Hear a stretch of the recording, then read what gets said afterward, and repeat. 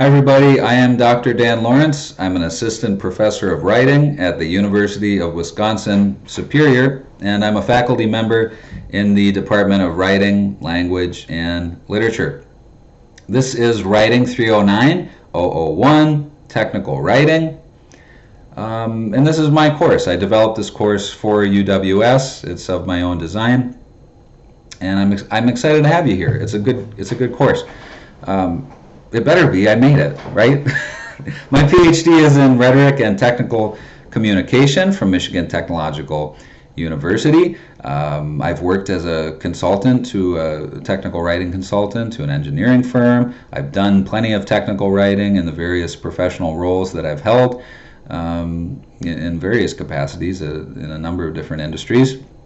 So you're in good hands. In fact, the textbook that we're using, Technical Communication, 12th edition, Markle and Selber. Dr. Selber is a graduate of the same program that I attended at Michigan Tech, the PhD in Rhetoric and Technical Communication. So we're not a huge community of people, right? There's like only a handful of people who have PhDs in technical communication. So not that I'm patting myself on the back too much, because not everyone needs a PhD in technical communication, but here you are. You're in good hands. That's all I'm trying to say. You're in a good spot. You're in good hands. So what is this course? Let's start with this. There's a kind of myth or a common reaction to technical writing. I think some students see and for good reason, some students see that name, technical writing, and they just go, yuck, gross, why, boring, lame, horrible. And I get that, right? Sometimes some of your college courses are super interesting. You take astronomy and you learn about the nature of the universe and its vastness. That's interesting. Or you take some course about a fascinating subject in literature that you're really passionate about. I get it. But here's the thing. Technical writing does not need to be boring. Technical writing, in fact, is I think an exciting discipline. So you just have to approach it with the right attitude. You have to understand a couple of things. First, technical writing is one of the best paid careers you can go into as a writer or communicator. The median salary of a technical writer in the U.S. is now above $70,000 a year. That's really, really good pay. I don't know if you've done much research on how much writers make, but that's really good pay for a writing career. So tuck that in the back of your head as we're going through this course. There's like I can't say guaranteed outcome. There's a potential very positive outcome for a course like this if you're interested in pursuing a career in technical writing. It's a really good career field to get into if you want to make enough money to live in this world, which is hard to do sometimes. So there's that. That's in itself exciting, is that there's a really good potential career outcome from a course like this, or at least it gets you started in the direction of moving toward a career like that. Second is, realize that technical writing is used in almost every industry. So whatever you're interested in or passionate about, whether it's creating spaceships at SpaceX, there's all kinds of internal and external documentation, diagrams of rocket thrusters. Someone has to create a PowerPoint about how the launch yesterday went. Anything. A guitar amplifier has technical specifications and documentation about processes and everything. Almost any industry has technical writers working behind the scenes, documenting processes, writing about products and objects, and helping in any number of capacities prepare documents, things like instructions, descriptions, proposals, blogs, wikis, web pages, all sorts of things that go on communicatively in an organization. So whatever it is that you're passionate about, there's probably a technical writer working in that industry or that field or in that organization. So tuck that away too. This does not need to be a yuck, blah, uninteresting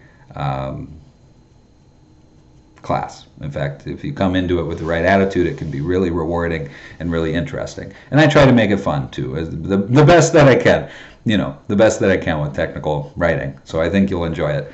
All right, let's talk a little bit about the class. So, everything's in Canvas, right? Go to Canvas, and everything's organized in the weekly modules. So week 1, start here. Every week has a tasks and objectives page, so you know what you're expected to do that week. There's the syllabus in the week 1 start here module. Make sure you read that syllabus. You know by now, it's a 300 level college course. You've taken a few college courses by now. The syllabus is the golden ticket. Everything you need to know is in there. The grading breakdown, where do the points come from. I even have every assignment description and all of my rubrics in the syllabus. There's no surprises here, folks. Everything's laid out ahead of time for you. You can see everything ahead of time. You can even work ahead in this class if you're that kind of person. You like to get ahead of the game a little bit. You like to read ahead. In fact, you should always be kind of looking ahead. What's due next? What could I start working on? Can I prepare a draft of something? That's just a good, right, for any class. You're always kind of looking at anticipating what's coming next ahead of the curve. Anyway, the syllabus, it's the golden ticket. Read the syllabus. Then I have some other pages in there. How to reach me. You email me, send me an email, WRIT 309-001. Question about whatever it is. You have a question about a project. The only thing I say is just please try to remember I get a lot of emails, so make sure you read the syllabus first. Read through the Canvas pages. Be kind, and if you're going to write me an email, make sure it's really detailed and I know who you are and what class you're in and where you're coming from and how I can help you, so that I can help you, right? Okay. What else? Our Zoom meetings. So the link to the Zoom meeting is in Canvas, of course. It's actually just one link. It's a recurring meeting. So every Monday, starting January 25th, we'll meet at 4 p.m. Central. We'll discuss stuff. We'll chat. We'll ask questions. We'll talk about assignments. It'll be good fun. So those are required. You get points for coming to them in an additive way that's explained in the syllabus. So please plan on coming to the Zoom meetings.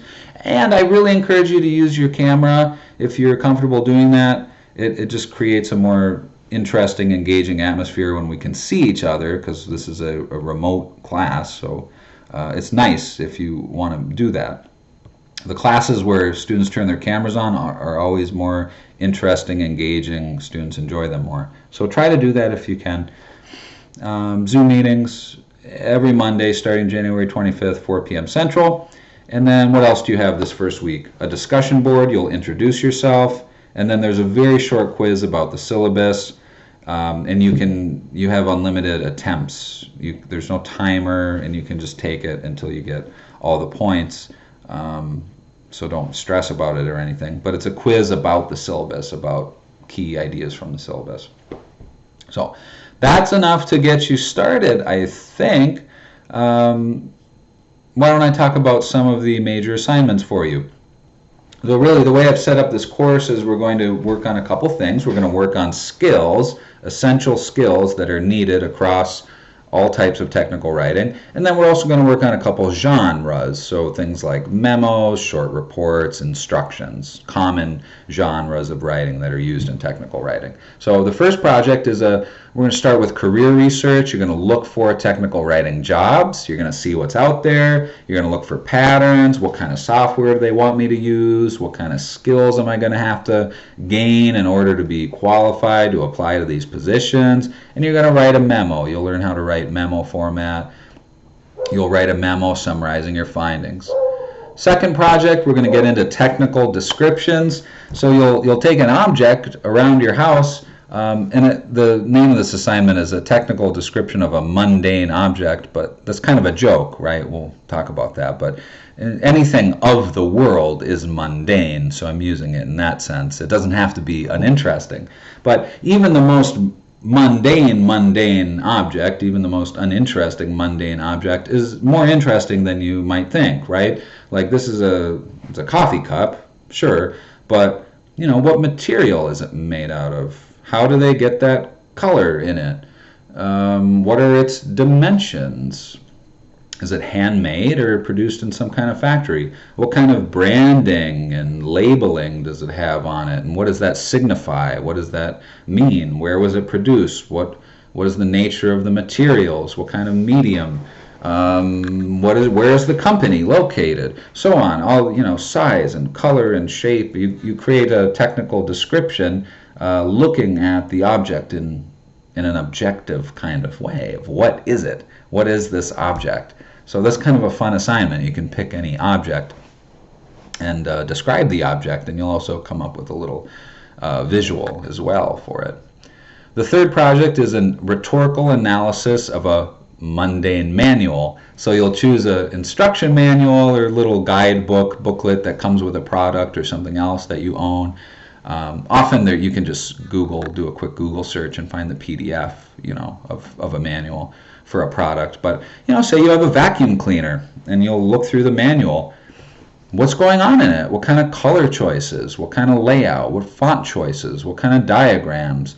Is it readable or not readable? What type of artwork is used in it? How is it laid out? We'll bring rhetoric into technical writing to help us answer those types of questions. Project 4 is really fun then. You're going to actually redesign some of the pages, 3 of the pages of that manual. So you're going to try to make them better, try to improve them, try to increase their readability or improve the readability of them. Choose a new layout, redesign it. Really a fun kind of assignment. Project 5, you'll be looking at some emergent media. You'll pick an example of spam email and conduct an analysis on it.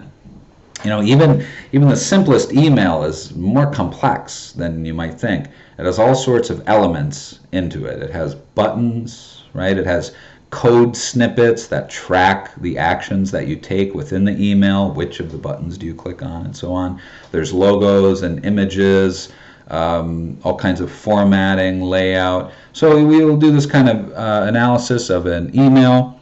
Project 6, I really love this one.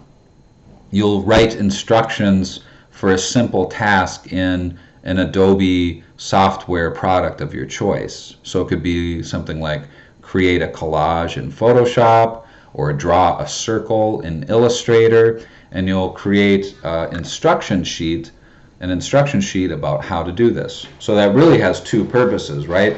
It forces you to gain some familiarity with a program that you might not know that well. And then it also it has you practice this skill of writing instructions.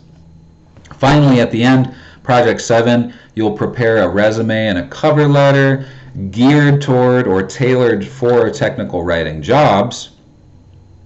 And then at the end, you'll take all 7 of those projects and compile them into a final portfolio, add a table of contents, smooth out the document, and you'll submit that as your final portfolio in lieu of a final exam. There's no final exam for the course, just that final portfolio. So those are the major projects. That's 8 altogether, including the final portfolio. And then there's also the weekly discussion boards. Add your attendance in there and the short quiz in the first week, and that creates all the graded components for the course. So that'll get you going in the right direction. All right, well, I'm going to keep this under 20 minutes, so we'll wrap up here. The last thing I want to say is something new I'm trying this semester is an optional Zoom meeting every Thursday at 4 p.m. Central. It's an informal optional Zoom meeting for all my classes. It's called the Digital and Technical Writing Lounge. You can join, you cannot join, it doesn't matter. I'd love to have you there. So I encourage you to come chat, hang out. The idea is it's kind of like office hours, but for everybody, more fun. You can ask questions about assignments. You can just meet your fellow classmates from my other classes who are taking similar classes. I have multiple sections of technical writing, multiple sections of digital writing, so that's cool. You get to meet other people who are interested in technical and digital writing and doing similar or the same things as you. You can share ideas about careers. You can ask me about my experiences and applying to jobs and different types of careers in technical writing, social media, digital advertising, so on. We can talk about current events in technical and digital writing. There's always interesting technological things going on. Humans do all sorts of wild things with technology, so there's no shortage of stuff to talk about in that dimension. So I would encourage you. Again, that's Thursdays at 4 p.m. Central. It's the Digital and Technical Writing Lounge. It's an optional Zoom meeting. You can pop in, kind of like office hours, but group setting, right? So check that out. If even if you're just looking for more connection with the online class, you feel disconnected being online, that's a great opportunity right there to just pop in and get more of that kind of contact, right? So glad you're here. Stick with it. It's a very rewarding course. There's potentially an excellent career outcome for you if you stick with technical writing and want to pursue it professionally in the long term. Or even if you don't want to become a technical writer by name, almost all professional positions have some element of technical writing within them. You're going to prepare, if you're a scientist, you prepare lab reports. Even if you work in banking, there's all kinds of proposals and different types of documents. So these are good, hard skills that are going to look good on a resume, and they're going to help you out in the world. And there's all kinds of interesting ethical, philosophical questions that are lurking on the sidelines that we can explore as well as we go throughout the class. So that's enough. Thanks for being here. I'm Dr. Dan Lawrence. If you need me, email me. Otherwise, I will see you soon. Thank you.